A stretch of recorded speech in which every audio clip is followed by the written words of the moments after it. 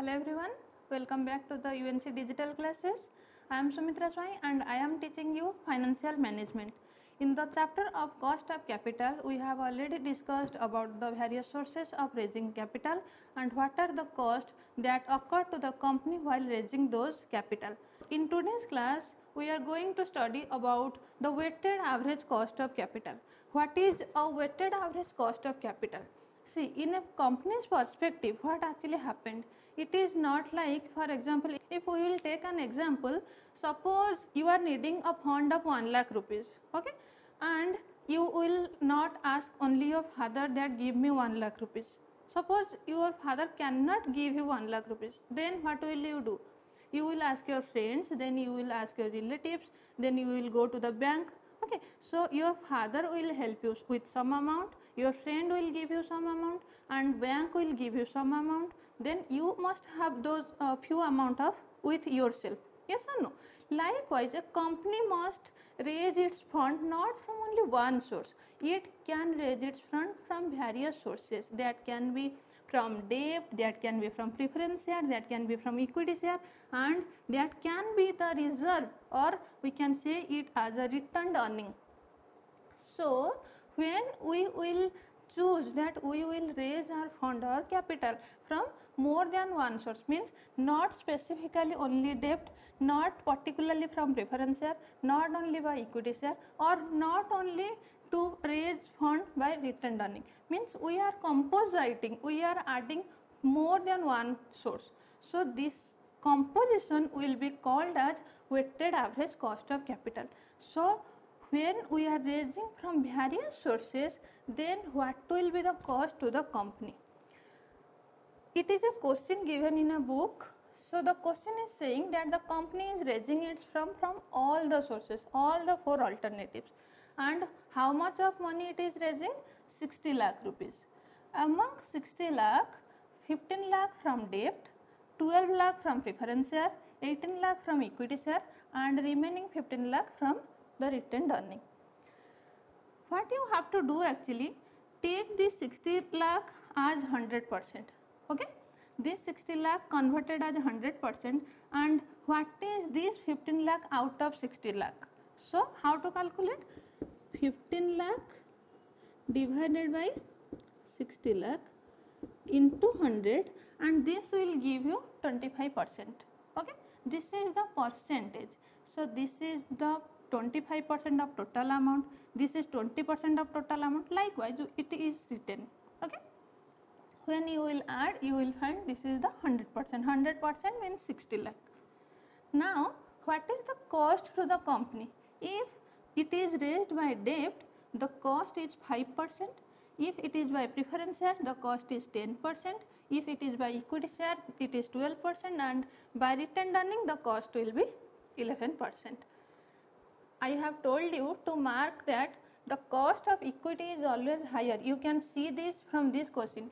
Debt is less, more than debt it is in preference share, and it is 12%. So 12% is more than 5% and 10%. So remember always, as the equity shareholders are taking risk, maybe they can get the dividend or may not be.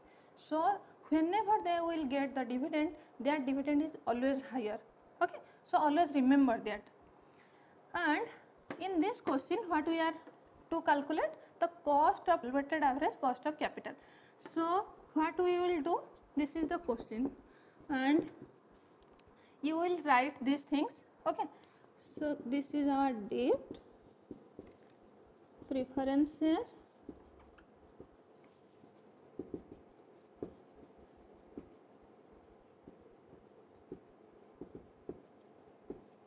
earning. Okay, we have already calculated the percentage, so it will be more easier to calculate us. So this is 25%, or you can simply write 25. This is your 20, this is 30 and 25. Now what are the cost? This is the cost 5%, this is 10%, this is 12%, and this is your 11%.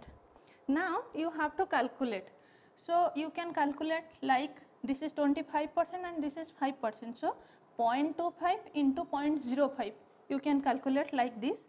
when you will calculate this, this will be your, you can write it as weighted cost. Okay, this is your proportion and this is your after tax cost. So when you will combine or multiply these things, so you will get 1.25%. This will be 2%. 20 into 10, this will be 2%. Next will be 3.60%, and the last one will be 2.75%. So we calculate that with the weighted average, means the proportion with the cost, we simply multiply this and we will add or sum up these four figures, and with summation you will get your 9.60%. This is very simple because all you have already understood is how to calculate the cost, means how we get 5%, 10%, 12% and 11%. We have already studied in our previous videos. So here we only multiply these things and added, then we got that in average if we are raising our source from various sources, means more than one source, then the cost will be 9.60%. Okay. Next we will discuss about what are the type of cost. It is not only that the cost of capital.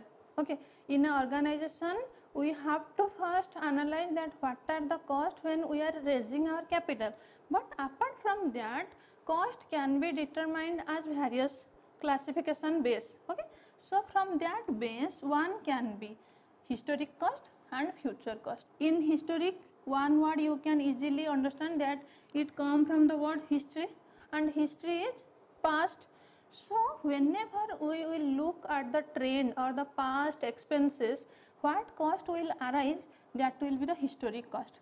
For example, if I will tell you that from the last 5 years what are the cost of our raw material, means we are dealing with a product of any particular material, then we can say that we are purchasing it from X Limited, 100 ton of material, and what is the amount of that material, particular amount.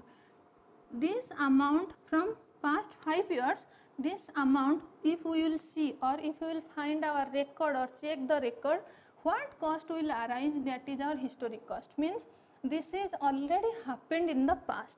And what is this future cost? Future cost means if you will say like what is the value of gold today's date, and when you are assuming or you are expecting that after 1 month, 2 months or 1 year, what will be the cost of gold. In day to day life, in everyone's house, we always assume that the cost of gold is going to be high, but what extent? When we are analyzing, this is not particular, we are analyzing this. Okay, so future cost is always analyzed, but historic cost is already recorded. This is recorded in the past data. We already know that accounting is something that is already recorded, yes or no? So we can check the record and we can find that what is the historic cost, but future cost is not mentioned, we have to analyze that. Next comes your specific cost and composite cost.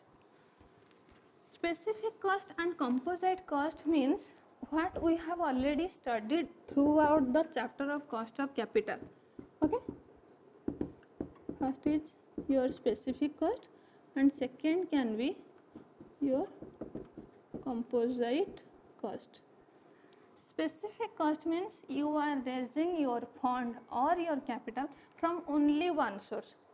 You may take 1 lakh rupees, you need 1 lakh rupees and you will take 1 lakh rupees only from debt, or you will take 1 lakh rupees only from preference share. Means whatever source you will choose, the complete cost, the complete capital you are going to select is only from the, all the capital are to be raised only from one source. Okay, that can be debt, preference, equity or retained earning.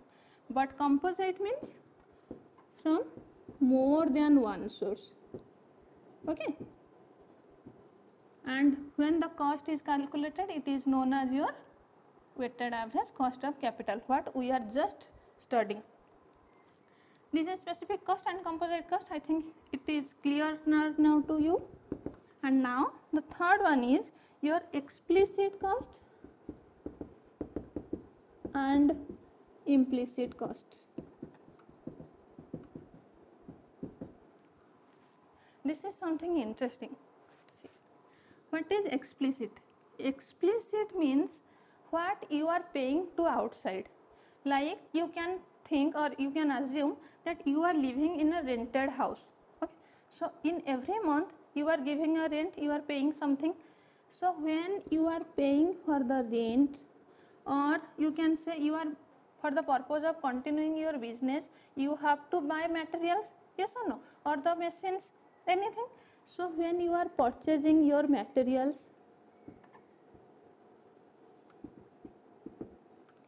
when you are living in a rented house, you have to pay rent to the house owner. When you are purchasing material, you have to pay for the material to the shopkeeper or anyone. Okay, so the cost which you are paying to the outside, and you can already mention it. You can say that if I am buying this marker for 25 rupees, if I am paying for 25 rupees to the shopkeeper, this 25 rupees is my explicit cost.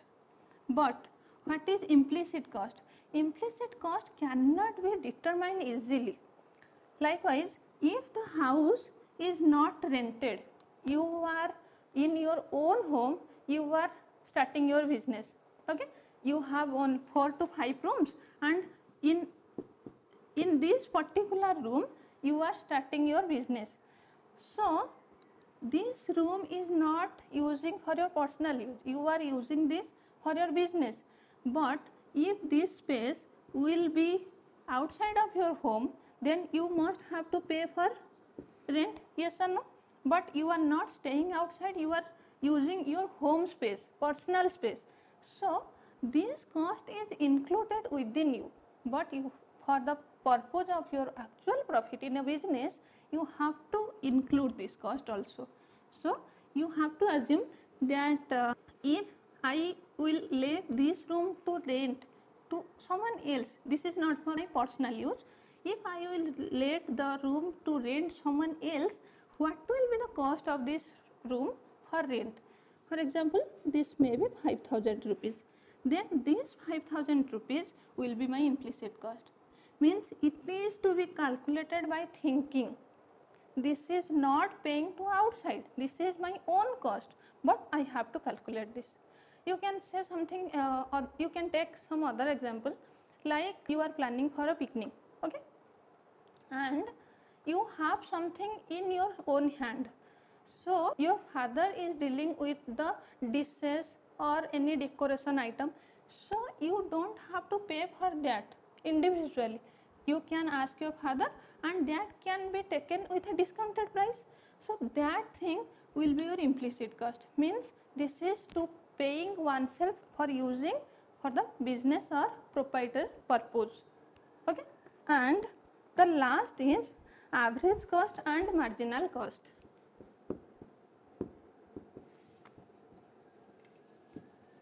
Average cost and your marginal cost. Average you have already studied in your school days. If I have 25 laddus, okay, and I have 5 students, then what will be the average?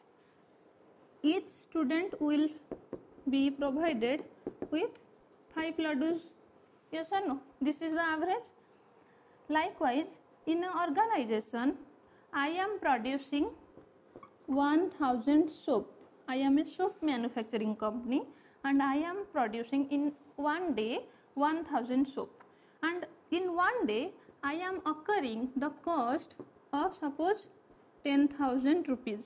Then my average cost, this is in rupees, this is in quantity, average cost will be 10,000 divided by 1000, means 10 rupees. For each soap I am occurring 10 rupees. If I will if I will produce 1001 soap, then I can easily say that what will be my cost? The cost will be 10,010 rupees. Okay. So here also if we will calculate the average, this will remain constant as 10 rupees. This is average cost. And what is marginal cost?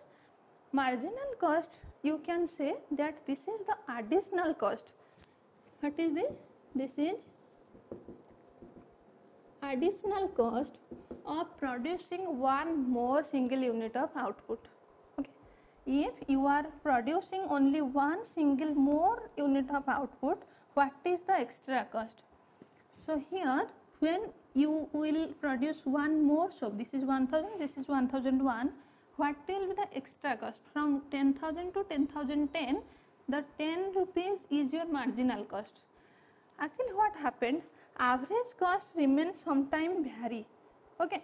And what is the use of marginal cost? In marginal cost, what actually happened, when you are using or you are producing one more unit of output, the average cost sometime decline because you are using some fixed asset also. If in a mall, okay, this is my mall space, and for this mall I am paying 10,000 rupees monthly as my rent, and this is my dress material mall. Okay. So in day 1 I sell only 10 shirts. In day 2 I sell only 5 shirts. In day 3 it is only 2 shirts. And in day 4 suppose this is 30 shirts. Whatever amount of shirt you may buy or sell, the house rent is constant. Yes or no?